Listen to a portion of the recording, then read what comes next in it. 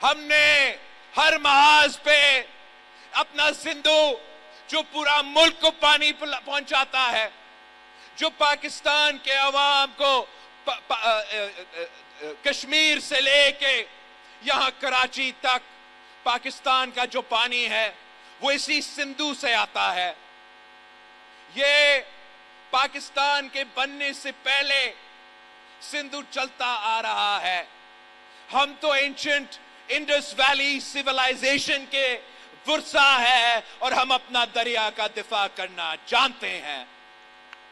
जहां आपका Pakistan peoples party ने ये जदोजहद आलमी सतह पे लड़के आए हैं, मैं जरूर पूछना चाहूंगा उन सियासी यतीमों से जो पाकिस्तान के अंदर नफरत, तकसीम और नाखप्पे की सियासत करते हैं कि वो सूबों के दरमियान नफरतें फैलाना के आदी है।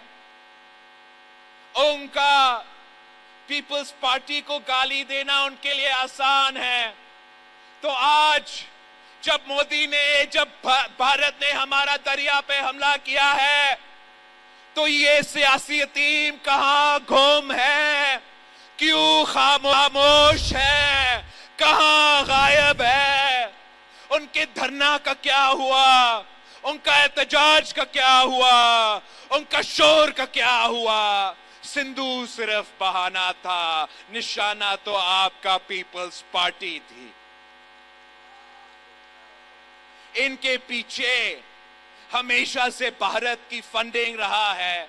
भारत पैसा देता है ताकि इस किस्म की तंजीमें बलूचिस्तान में ना खप्पे के नारा उठाए, सिंध में ना खप्पे का नारा उठाए, मगर उनको मालूम होना चाहिए कि पाकिस्तान पीपल्स पार्टी मौजूद है, हमारे जेआलएम और जेआलिया मौजूद है। हमारा नारा आपका नारा है कि खप्पे खप्पे पाकिस्तान खप्पे। और इंशाअल्लाह ताला इनका इंशाअल्लाह ताला अब चौथी बार जब 4 साल बाद इलेक्शन होंगे तो इन्हीं सियासी रीतियों को आप एक बार फिर इबरतनाक शिकस्त दिलवाएंगे।